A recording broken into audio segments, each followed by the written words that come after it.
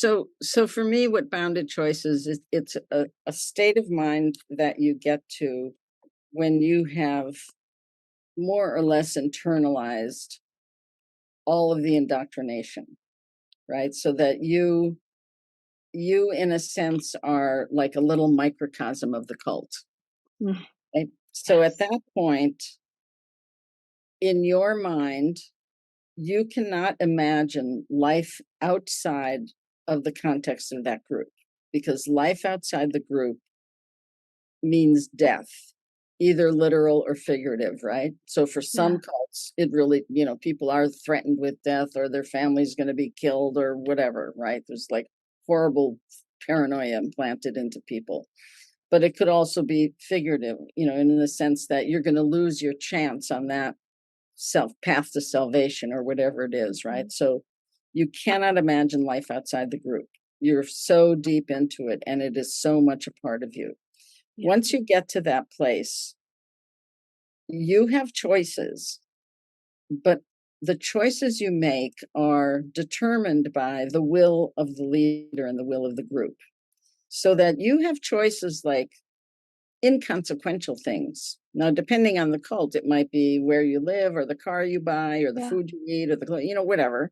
You can certainly decide that. But big decisions like, am I going to talk back to the leader?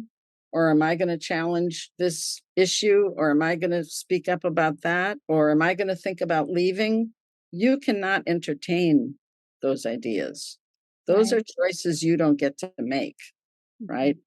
So at that point, your will is completely altered by the will of the group. And so, yes, you have free will of a sort about certain things, but about other things, you really don't.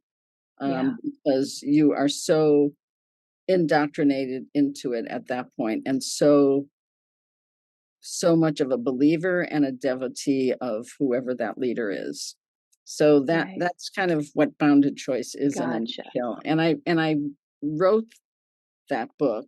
It was my dissertation in grad school, and my question was, why do people in cults do things that those of us on the outside find incomprehensible? So it was to kind of explain that question. Why did the people in Heaven's Gate take their own lives, right? Why do mothers give away their children, right? Why do whatever? Why do we do the things we're asked to do when never in our lives we would have done those things, right? So to try to answer that question. And it's because we're psychologically trapped and emotionally, of course. Yeah, 100%. Yeah. I actually thought of it in terms initially as, oh, like if I leave, I lose everything. Like I'm bounded in that sense. Like if I leave, I no longer, and this is how it was, like I no longer have a community. I no longer have a job. I no longer have a spiritual practice. I no longer have like all of those things. But that framework is what created that reality. Right. So it's just another way of looking at Yeah. it And that's in terms of exactly what it is. okay. Yeah. Okay. So I did understand it. Good. You're living in a bounded reality. Yes. Yes.